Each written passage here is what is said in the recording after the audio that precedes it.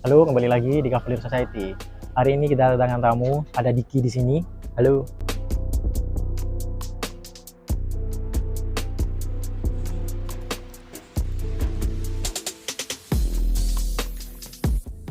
Nah, bisa tolong perkenalkan diri Anda dulu gak? Nama saya Diki Bayu, umur saya 23 tahun. Pekerjaan saya sebagai barista di salah satu coffee shop di Probolinggo, namanya Sumber Rezeki Catering. Hobi? Ada hobi nggak? Kalau untuk hobi hanya kesenangan aja sih. Kalau untuk hobi sendiri saya itu skate, motor juga sama ngeband aja sih. Itu untuk kesenangan aja untuk hobi sih. Barista ya? Lebih kayak barista kan? Bisa bilangnya sih begitu. Bu, kenapa emang? Alasan saya ngambil di barista ini, dulu rambut saya kan gondrong. Juga saya itu pekerjaan barista ini tidak terlalu mengekang untuk fashion. Oh. Fashion itu mah bebas. Meskipun kamu gondrong, tindian atau tatuan itu nggak masalah. Oh, jadi Barista gitu. alasan pengen jadi barista itu biar Karena bebas. Saya dulu masih ingin manjangkan rambut. Saya potong dikarenakan kemarin ada magang kuliah. Kirain ke apa? Memang lagi seneng di bidang kopi gitu. Suka sama bidang barista. Kalau untuk pekerjaan kopi sendiri sih, saya dulu emang suka ngopi sebelum kerja. Oh. Ibu saya sendiri pernah bilang gini kan, waktu saya dulu gak ada kegiatan, emang waktu itu juga kuliah masih daring, kuliah masih pas covidnya, saya juga sering keluar ngopi malam, pulang pagi kadang juga kan. Ibu saya juga sering nanya gini, kamu ngapain, mana keluar malam terus pulang pagi. Alasan saya jawabnya cuma ngopi. Terus ternyata ibu saya balasnya gini, keluar terus setiap hari, kalau emang keluarnya menghasilkan uang nggak masalah, tapi ini malah menghabiskan uang. Oh, jadi dari itu saya kepikiran, karena ibu saya ucapnya bilang begitu, saya masuk di bidang perkopian ini. Tapi sih gak gampang sih, saya dulu sempat ditolak di 2 coffee shop dikarenakan saya juga masih kuliah. Oh, jadi memang dari awal tuh gak punya basic Nggak sebagai punya barista? basic sama sekali. Jadi saya dulu itu pernah naruh di adalah beberapa 2 coffee shop itu yang saya ditolak. Karena saya juga gak punya basic kopi, terus juga karena saya juga masih kuliah, tolaknya itu. Takutnya susah bagi waktu. Terus juga saya belajar kopi ini ada dulu di Kebonsari, daerahnya Kebonsari kan. Nama coffee shopnya ini Main. Oh, Main. Ya, Yang di depan adalah namanya itu TK Silkusuma kalau nggak salah. ya bener. Jadi kalau orang mau jadi barista itu meskipun nggak punya basicnya bisa nggak sih sebenarnya? Bisa aja jadi sebenarnya, asalkan ada keinginan aja. nanti itu diajari ya di itu. Nanti. Oh, jadi kayak buat orang-orang yang mau jadi barista tapi mereka takut karena nggak punya basicnya, sebenarnya itu nggak apa-apa. Nggak masalah sih, hanya yang penting ada keinginan aja. Soalnya bakal diajarin sama senior-senior yang ada di coffee shop tersebut. Betul. Oh. Dan juga saya di sana itu selama 8 bulan udah bisa menguasai sih. Nggak menguasai banget lah istilahnya. 8 bulan. 8 bulan di sana. Dalam kemudian coffee shopnya itu udah tutup. Saya terlantar cuma sehari. Terlantar sehari. Terus ada yang nawarin, manajer saya kebetulan manajernya SR dulu. Yang awal namanya itu Revan. Itu teman skate saya kan. Oh ya. Teman skate itu nawarin, Dik, kamu mau nggak masuk SR? Kalau mau ntar malam ke SR. Oke, nah kebetulan pas malam saya nggak bisa hadir. Itu jadi karena saya nganggur sehari kan. Nganggur sehari, besoknya datang lagi, suruh datang pas siang, cuma saya ketiduran, datangnya malam pas closingannya Sumber Rezeki itu. Ya lama kemudian semalam saya pas closingan suruh datang ke sana, akhirnya datang lah, berbincang-bincang lah, dengan juga dikenalin sama si ini bosnya, ini yang punya, terus ini yang megang, ini bagian head bar, kepala bar atau gimana, ini penanggung jawabnya gini-gini. Nah gak lama kemudian si dia tuh nanya, kamu udah siap gak besok masuk? Juga besok oke lah, siap-siap aja, jalanin aja dulu. Jadi singkatnya itu circle itu penting ya? Circle itu penting. Awalnya kerja di coffee shop namanya Main, terus Main itu tutup, pindah ke SR. SR dikarenakan dapat tawaran juga. Jadi kenal sama apa? Beberapa orang di SR berarti ya? Nggak beberapa juga sih. Oh, Cuma kenalan-kenalan gitu. kenalan. Terus kayak hobi selain jadi barista itu kesibukannya apa sih? Apa aja biasanya? Kalau untuk kesibukan, kalau main skate saya cuma having fun aja sih. Main skate itu dari tahun berapa memang? Dari tahun 2015 bulan Agustus, saya masih ingat. Baru belajar. 2015. Itu pun saya buat senang-senang aja sih, main-main. Ya kalau dapat trik baru ya itu kan juga karena hasil kenyatan juga, ingin belajar supaya dapat trik baru itu. Kalau udah dapat ya kayak senang banget gitu. Wih, ini aku jago nih main skate nih. Rame gak sih Kayak sebenarnya pamer gitu. kayak apa komunitas skate di Probolinggo? Kalau untuk komunitas skate-nya rame sampai sekarang. Itu pun ada bibit-bibit yang anak-anak kecil sekarang udah mulai belajar. Juga ada skate school sekarang. Oh, ada. Udah ada skate school. Di mana biasanya? Kalau untuk skate school-nya itu di Gorayani, Probolinggo. Oh, jadi kalau Di sana juga orang-orang skateparknya masih baru. Oh ya, itu masih baru. Bener. Daripada jadiin lapangan kosong ya, mending jadi skatepark kan. Nah, benar juga. Jadi kayak komunitas skate itu di Probolinggo sebenarnya besar ya. Terus kalau orang mau belajar itu ke GOR itu, Gorayani. Kalau mau belajar sih ya ke sana sih. Soalnya anak-anak aktifnya di sana sekarang. Bermain skate-nya di sana. Terus selain apa? Selain jadi barista, terus anak skate, kalau nggak salah kan kalau lihat di Instagramnya itu ada kegiatan motor juga kan ya, ngeband. Kalau motor ngeband, kalau motor emang dari dulu suka motor klasik dari zamannya SMP. Dari zaman SMP. Dari zaman SMP udah suka motor klasik. Punya geng motor kan apa namanya? Kalau geng motor sendiri masih belum resmi sih, masih buat suka-suka aja. Nama geng motornya Mad Lads Rocker, itu udah ada IG-nya. Udah ada IG-nya. Iya. Terus apa membernya itu ada berapa kalau boleh tahu? Member sendiri sekarang masih 12 orang. 12 Tapi juga orang. masih belum resmi, masih belum deklarasi juga. Masih belum benar-benar jadi klub motor.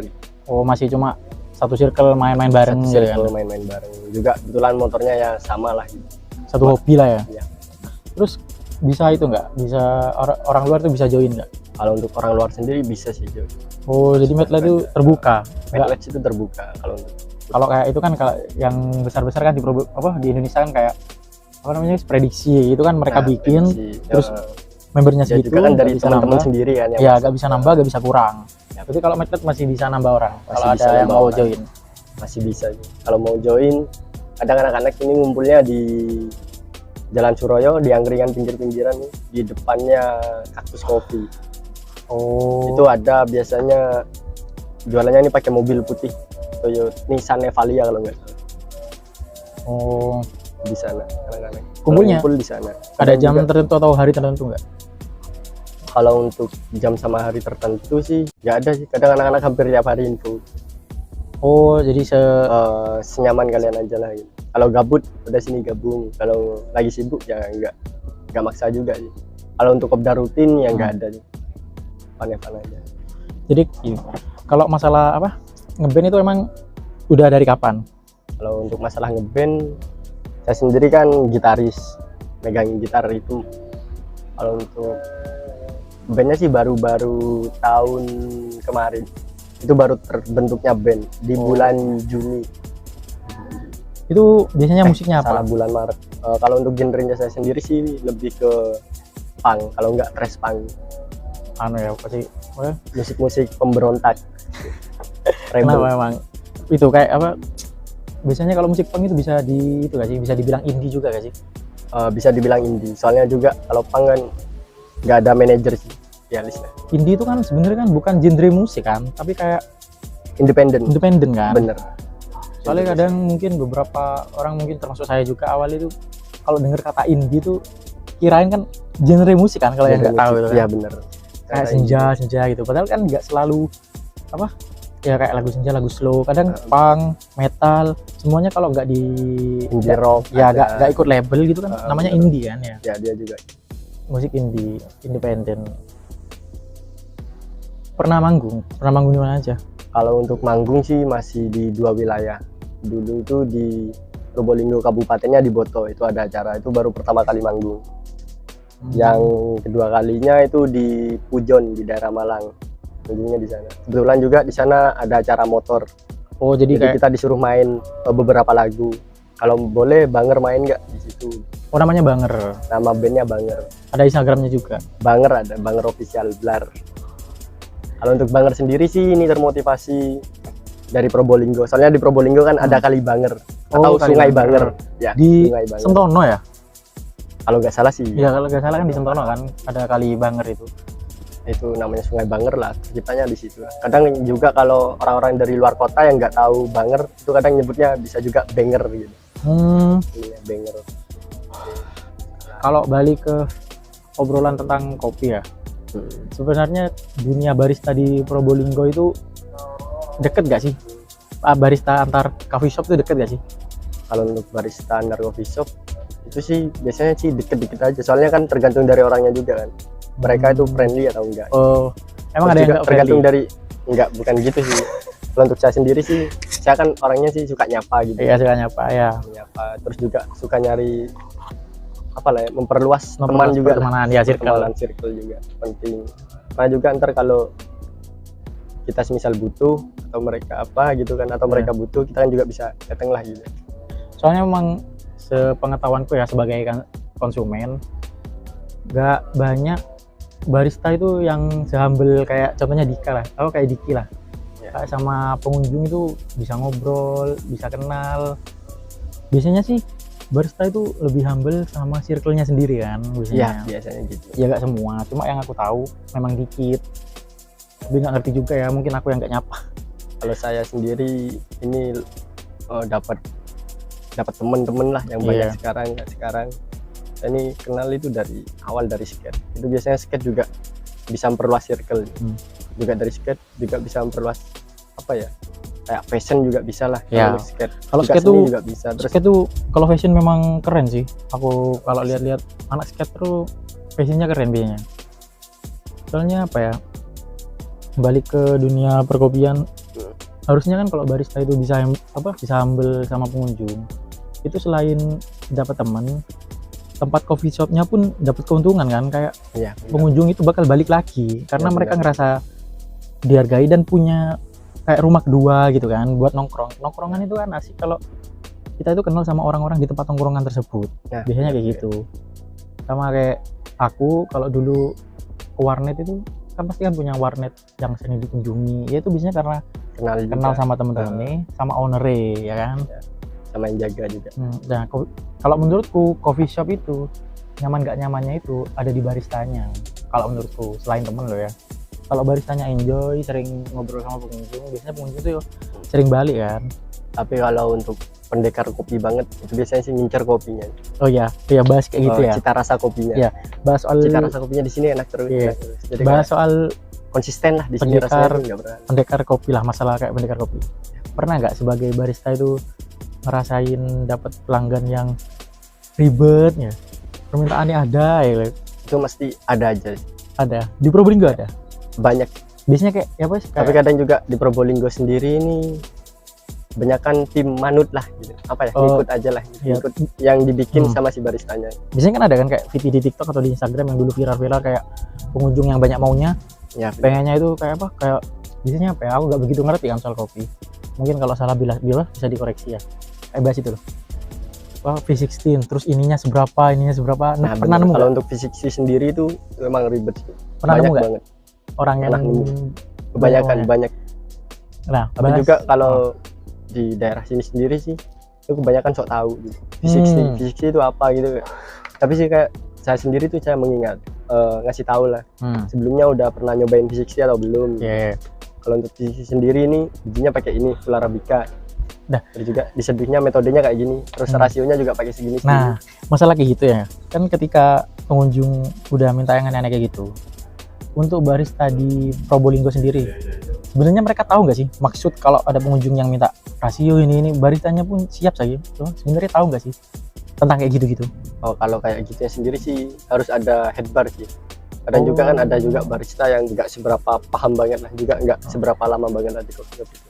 Saya kan Kayak ada head bar ini kayak kepala bar lah, pengurus bar. Dia itu ntar yang ngejelasin ke customer-nya. berarti bisa dibilang nggak semua barista di Probolinggo pun ngerti ya kayak soal rasio apa gitu kan? Kalau untuk semua barista sih beberapa yang paling Ya. lama banget lah pasti ingat. Nggak semua kan ya berarti ya. Nggak semua. Tapi kadang itu juga masih tahap proses pembelajaran juga. Soalnya kan tak pikir kalau sekelas Probolinggo itu ya wis beli ya beli gitu kan. Ternyata masih apa, meskipun di Probolinggo ada ya beberapa orang yang sampai detail kayak gitu beli Detail kopi. banget itu harus. Anggapinnya ya Pak ya biasa aja Soalnya ya. juga kan mereka itu bukannya coffee shop jual kopi gitu. Jadi kayak resiko Iya, mereka ya. benar. Berarti kalau ada pengunjung kayak gitu ya sah-sah aja. Sah-sah aja. Untuk ngelakuin banyak hal kayak gitu ya, kayak jadi barista, terus anak skate, anak motor, ngeband, cara bagi waktunya tuh kayak gimana sih? Kalau untuk bagi waktu sih nggak terlalu nekan sih ya. Ya kayak kalau ada waktu kosong, apalagi saya mencoba untuk produktif sih. Daripada diem-dieman di rumah, itu betul. misal lah mager-mageran, itu sangat banyak hal yang terlewatkan di hari itu. Kalau Anda itu mager. Jadi saya sendiri coba untuk produktif lah. Dengan ngisi waktu di 4 kegiatan saya sendiri. Atau juga 5 sama kuliah saya. Oh ya, kuliah belum lulus ya? Udah semester berapa emang? Kalau semester udah semester 8, udah akhir sih sebetulnya. Cuma banyak banget yang nilai-nilai jelek yang harus diperbaiki. Oh ya, sekian dulu ya untuk video hari ini. Terima kasih juga buat Diki yang udah Ya, mampir ke sama-sama. Cafe Society, dan Terima kasih semoga kuliahnya itu diberi kelancaran lah ya biar cepat lulus. Amin, amin. Dan bisa lulus di tahun ini. Amin. Bisa nggak sih alhamdulillah. lulus di tahun ini harusnya? Harusnya sih bisa. Jadi kita katakan sama-sama ya. Terima kasih buat yang udah nonton. Jangan lupa like, Subscribe. comment, dan subscribe. Oke. Wajib.